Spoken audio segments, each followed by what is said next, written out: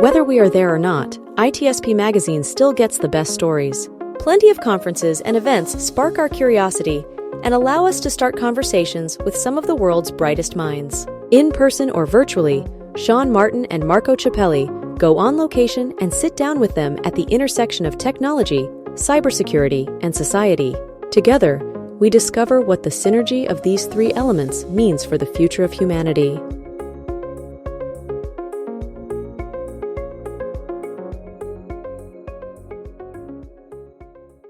All right. Marco. Sean. I feel represented. Even You though are? I'm not from Australia. As a cybersecurity professional. That's right. I feel represented as a human using technology. There you It's go. important stuff. When somebody's looking after us citizens, and they represent many folks. I'm thrilled to have Ambassador Dowling on with us. Good to meet you, Dowling. Thank you. Ambassador. Very Sorry. great. Very good to meet you, and please call me Brendan. All right. We'll go All right. with Brendan. Marco, you a few years back got to meet another ambassador. Yeah. When it wasn't I maybe believe he as- was the first ambassador for Australia for cybersecurity, Dr. Tobias Felkin. Yes. And he was in Singapore. And at the time, I was like, wow, you exist. Like, people like you exist. And I was excited, being somebody that I look remember at you being society, politics, and, Yes. and all my background. It is sociology. I was like, that's an important step. Yes. And here we are. Well, and look, What happened since? it's explaining to my mother what a cybersecurity ambassador does was particularly challenging. And when she asked me where I would be posted to, and I said Canberra, that even added to the confusion. Do you have the memes where this is what I look like, or I think of myself in my role, and this That's is what my right. mother thinks? Yeah. That's right. They're completely different things. Exactly. That's really nice. Well, here's the first question. I mean, what for me is the first thing that come in my mind. What has changed since? This was 2018. Yeah. Look, I think a lot has changed. I think we have recognised in that time that cybersecurity is a core part of our foreign policy. So, I think when Toby was in the role, it was a new idea. It was and I think it was a non-traditional idea to say that we should have a diplomat representing our interests into the cyber world. Nowadays, there are many people around the world who have the title of cyber ambassador, and that's a recognition that so much of our security, our prosperity exists because of the digital world, is shaped by the technology that we use, and unfortunately is threatened by malicious actors who take advantage of the digital technology-enabled world that we live in. So I think on the positive side of things, what has changed is that we recognise it's no longer an unusual idea. We recognise that actually cyber is a core part of our foreign policy. On the negative side, what has changed is that the world has become more dangerous in cyberspace. Malicious actors are more capable, and vulnerabilities are more widespread. Yep. Now, I don't know if you can speak to, I mean, I look at security from an operational perspective, speak to a lot of CISOs, and for them, the strength comes in the community. Yes. So the ability for them to have conversations off the record with each other, here's what we're seeing, here's how we're responding, here's how it's impacting our businesses, how we speak to our board of directors and our executive staff. Do you have that same type of collaboration and camaraderie with your peers and perhaps with other roles within cybersecurity?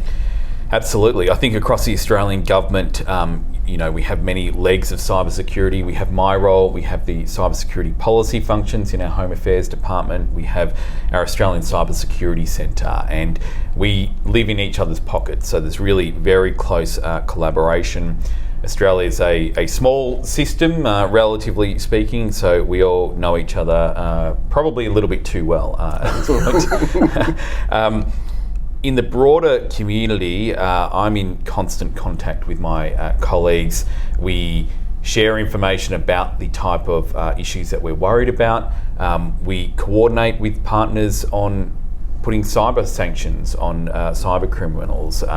We coordinate on attributions. We say, we're really worried about this activity, we think we need to publicly disclose it. We get on the phone, we share information. And then when we go into the multilateral world, we spend a lot of time preparing positions, sharing notes, and coordinating with each other. So it's a pretty deeply integrated community. I think there's a very strong sense that there are a lot of decisive moments happening and that we need to come together. And as you both know, as everyone at CyberCon knows, these are transnational issues. No national government can come at these issues by itself. And I'd also add, one thing I've loved about this role is the engagement with industry. I think I spend a lot of my time talking to industry partners and we're all pulling in the same direction. Yeah. Well, it's a funny story, still around that period of time, 2018, we were at DEF CON, Las Vegas, and it was one of the first time that while we were throughout all the village, the aerospace village and many others, there was an actual delegation from the White House come in and meet with the hacking community, which was a big step at the time because it was Spot the Fed at DEF CON. And since then, and we know a lot of people involved with CISA and all of that, has been, I think, many steps have been taken. One question I have, in your role, do you and your peer also talk about ethical issues such as AI, guardrails, and how Europe is moving, you're moving? Is that part of your? Yeah, absolutely. So we all, I think, we all have sort of these two faces. We point into our own domestic system to be a voice in how we look at policy making around something like AI. That's a huge focus for us at the moment. But then look to shape how the AI ecosystem is developing globally. So Australia is often a price taker when it comes to those types of technologies. We have a lot of niche, smaller capability, but the big AI firms are usually operating out of the US. So I spend a lot of my time in advocacy and talking about with companies about what our expectations are, learning about how the technology works, how they're designing it, and trying to have a really open conversation. And oftentimes that does come down to an ethical question. There's no black and white lines. We should do it like this, we shouldn't do it like that. It's about how do we design technology that achieves all the upsides, all the positives, while mitigating the downsides. And I do think AI is it's a new frontier, but it's not unprecedented. We've dealt with these issues in a range of other technologies. We've dealt with the challenges of how you ensure the inputs are safe, secure, kind of moderated. How do you ensure that the software is doing what you think it should be doing, and how do you ensure that it's not taken advantage of by malicious actors? And that's not always cyber criminals. That's how, particularly with AI, things can be tweaked to compromise on human rights and on privacy. That's a really big part of the global governance conversation, and one that we need to be seriously tackling, because the models are out there, they're being developed, they're being deployed, so there's a degree of urgency around it. Right. So I'm going to come down a bit from the AI and look more toward critical infrastructure, industrial control systems.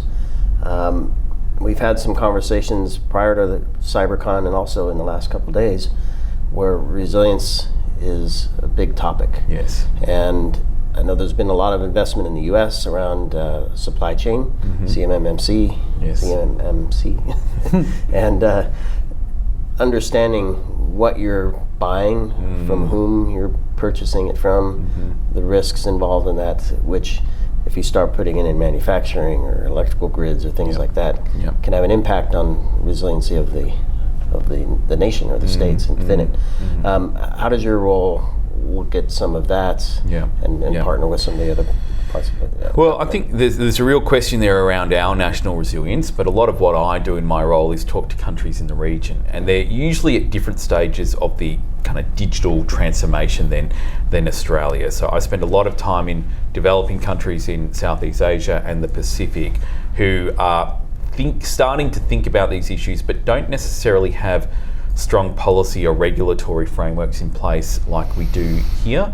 And that means that particularly as technologies are coming into their critical infrastructure, as they're in things like industrial control systems, it's a challenge for us all, and supply chain resilience, supply chain attacks and understanding vulnerabilities in the supply chain is a challenge everywhere, but it's a particular challenge if that's not the way that you're geared up to think about things, if that's not the expectation on your critical infrastructure operators, if that's not a conversation that you have between government and industry. So I think we have seen the hard way that even when you're doing everything right, if you're operating infrastructure, if you're not conscious of your supply chain and the vulnerabilities down the stack, you can be just as exposed.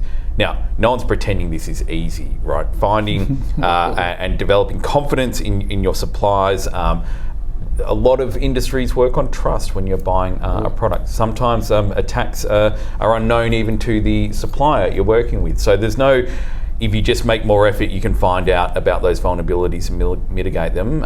It's a hard thing to ask, but I do think infrastructure operators are vastly more conscious of their supply chains than they were 3-5 years ago, and I think that's a good thing.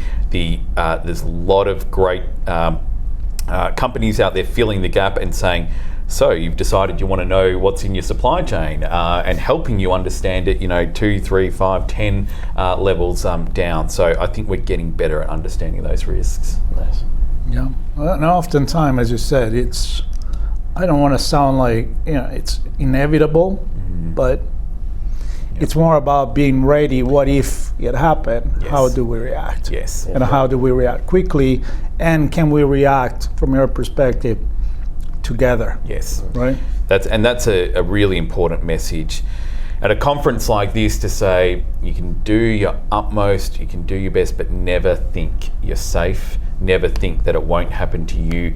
So plan out when it happens, how do we respond? How do we recover? How do we get back up and running? How do we communicate? Being deeply involved in some major cyber incidents here myself, you don't want to be doing that after the incident. The more that you prepared, thought it through, thought about second, third order consequences, the better. So no one should sit there and have their CISO say to them, don't worry, we're good. That's great. Love the positivity, but what if we're not good? How are we going to respond? Yeah. Sean, can I have the last question? Because I know we're wrapping here.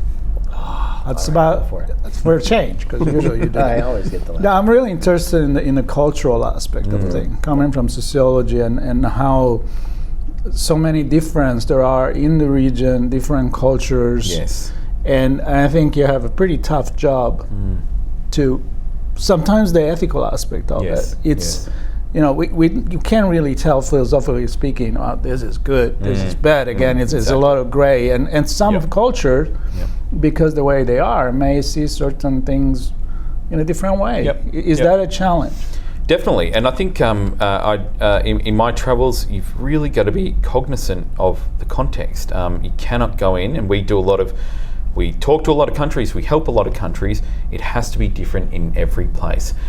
I'll give you a couple of examples. In the Pacific, when I go in and talk cybersecurity, they also want to talk about, we now have connectivity to our most remote communities with very traditional, very religious cultures. We're worried about content. We're worried about what that is doing to disrupt our social fabric. Now, you can't say, oh no, I want to talk about cybersecurity, because it is all part of the same problem, the same question for many people in those countries. So we've got to talk the online safety issue. Another example, I think, is everyone is concerned about mis and disinformation and how that is proliferating online.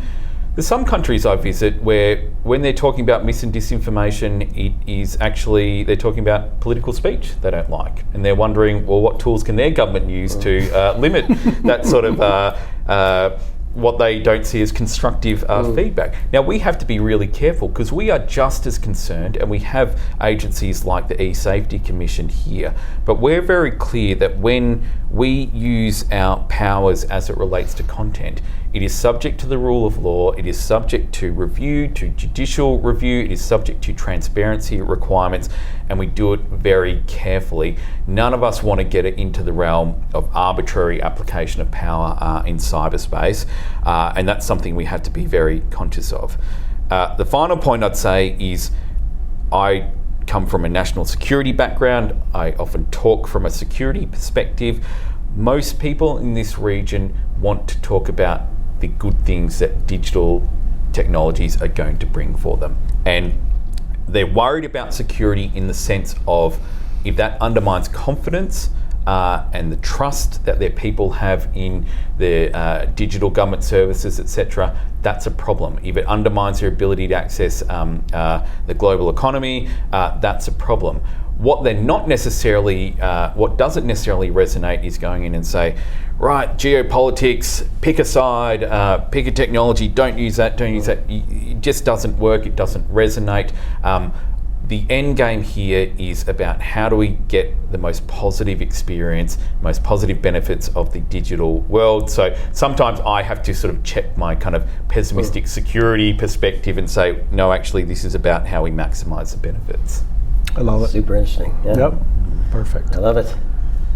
Ambassador, it's fantastic to meet you. Hopefully not our last conversation. I have a gazillion questions. Maybe you'll join us again for another chat after the conference. I'd love to.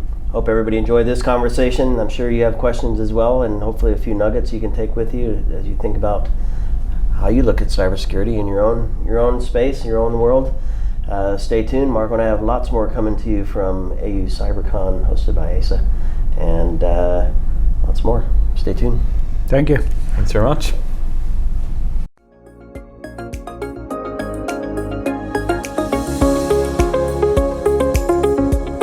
We hope you enjoyed this episode of Sean and Marco's On Location event coverage conversations.